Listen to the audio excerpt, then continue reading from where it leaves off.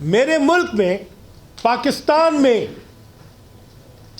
1 سال ہو گیا ہے 4 بھائی جنہیں اغوا کیا گیا، اٹھا لیا گیا، جن کی CCTV فوٹیجز بنی، جس میں SHO حیات آباد موجود تھا، جس میں یونیفارم میں لوگ موجود تھے،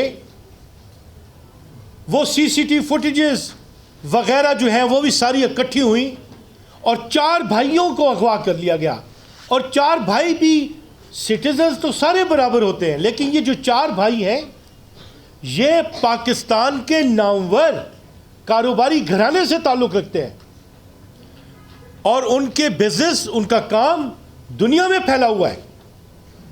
اس فیملی کو لوگ القذائی فیملی کے نام سے جانتے ہیں۔ وہ 4 بندے ایک ہی دن ایک ہی رات میں اپنے گھر سے حیات آباد سے اٹھا لیے گئے۔ اصرار اس بات پہ ہے کہ ان سہولت کاروں میں SHO صاحب موجود تھے۔ وہ جنہیں اٹھایا گیا ان کے نام ہیں محمد ناصر، عثمان خان، عبد الوارث اور محمد ظاہر۔ گھر کے سارے مردوں کو اٹھا لیا۔ ان کے بھائی دیگر ممالک میں کاروبار کر رہے ہیں اور اس طریقے سے پاکستان میں زر مبادلہ کی بھی وجہ بنے اور پاکستان کی معیشت کو بھی ان لوگوں نے ڈھارس دی ہے۔ بہت بڑا گھرانہ ہے اور ان کے گھر میں ان کی بیگمات وہ رہ گئیں جو کہ مکمل پردے کی صورت میں رہتی ہیں، اور ایسی حالت میں انہیں پشاور ہائی کورٹ میں آنا پڑا۔ انہوں نے آنریبل عدالت میں پٹیشن دائر کی اور کہا کہ دیکھیں ہمارے پاس تو اور کوئی سہارا نہیں ہے، کوئی سننے والا نہیں ہے، محض عدالت ہے۔ عدالت نے اپنی ذمہ داری اس میں پوری کی۔ عدالت نے جواب طلبی کی اور محکمہ داخلہ بھی اور دیگر محکموں سے بھی جواب طلبی شروع کر دی۔ اس جواب طلبی کے دوران ایک اور کام ہوا، اور وہ یہ کام ہوا کہ ان کے شناختی کارڈ جو ہے وہ ان لوگوں نے بلاک کر دیے، جس کا ایک پورا پروسیجر ہوتا ہے۔ ان کی جائیدادوں کے حسابات شروع کر دیے، سب سہولت کاری دی گئی، اور پھر آخر میں انہیں کہا گیا کہ جی ٹھیک ہے، آپ کی فیصلہ قریب آ رہا ہے، آپ کے بندے ہم چھوڑتے ہیں، آپ یہ پٹیشنز واپس لے لیں۔ پٹیشنز اس میں وجہ بھی لکھی اور وہ پٹیشن واپس لے لی گئی۔ انہوں نے اندیا دیا کہ آپ پٹیشنز واپس لے لیں، ہم آپ کے بندوں کو چھوڑ دیں گے۔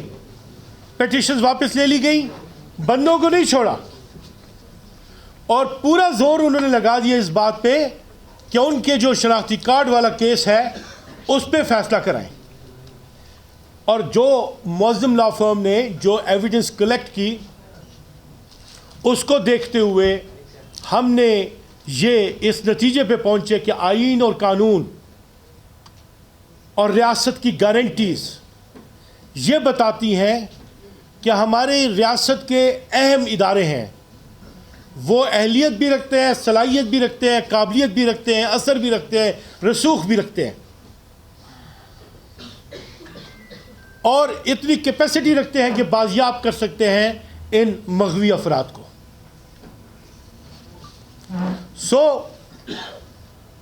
آج کی اس پریس کانفرنس میں ہم اپنے ان تمام تر ریاستی اداروں سے، قانونی اداروں سے، سیکیورٹی کے اداروں سے یہ بات رکھ رہے ہیں سینسٹائز کرنے کے لیے کہ دیکھیں ہمارا سب کا ملک ہے، معیشت کا برا حال ہے، لوگ یہاں سے جا رہے ہیں اور ہم یہ کوشش کر رہے ہیں کہ فارن انویسٹمنٹ لے کر آئے، لیکن فارن انویسٹمنٹ کیسے آئے گی جبکہ لوگ بے چینی میں، کمزوری میں، پریشانی میں، بنیادی حقوق کی شدید خلاف ورزی کے نتیجے میں تباہی و بربادی کی طرف مائل ہو جائیں گے اور سیکیورٹی آف لائف ہی نہیں رہے گی۔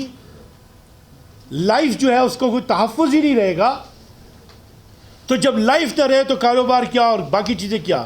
سو 1 سال ہو گیا ہے پچھلے رمضان سے لے کے اب یہ رمضان ہونے والا ہے، ان کی صورت ان کے گھر والوں نے نہیں دیکھی. اب 2-4 روز سے کسی نامعلوم نمبر سے فون آ جاتا ہے ان کے گھر میں اور کہا جاتا ہے کہ جی آپ یہ مقدمہ واپس لے لیں، ہم آپ کے بندوں کو افغانستان جا کے ادھر سے چھوڑ دیں گے. یہ بات انہوں نے پہلے بھی کہی تھی.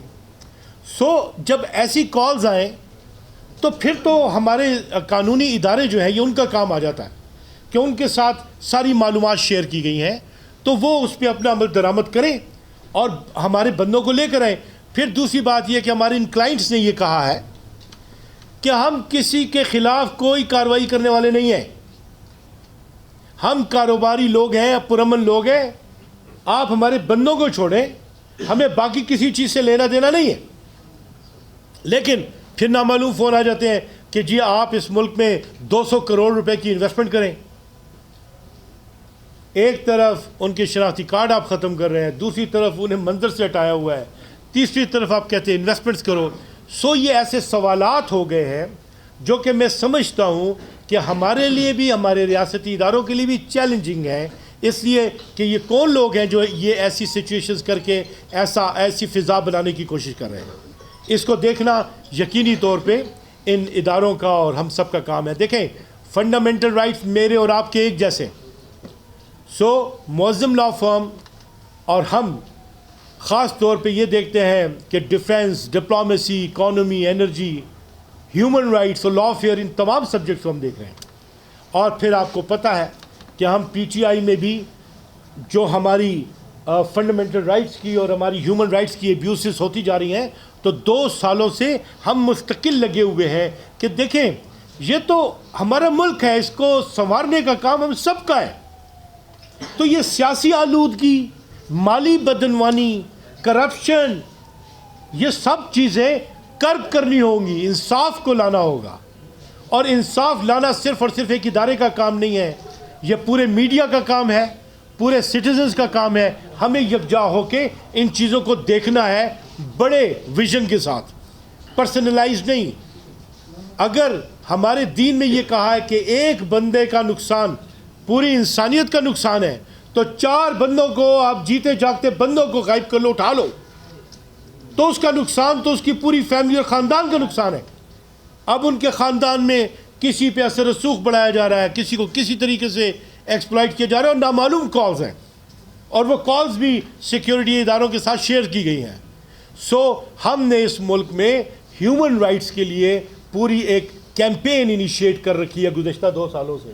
ہر موقع پہ آواز اٹھاتے ہیں، چونکہ جو ڈی چوک میں ہوا آپ نے دیکھا کتنے شہید ہو گئے، وہ ایک علیحدہ ایک معاملہ ہے جو کہ کمپائل ہو رہا ہے.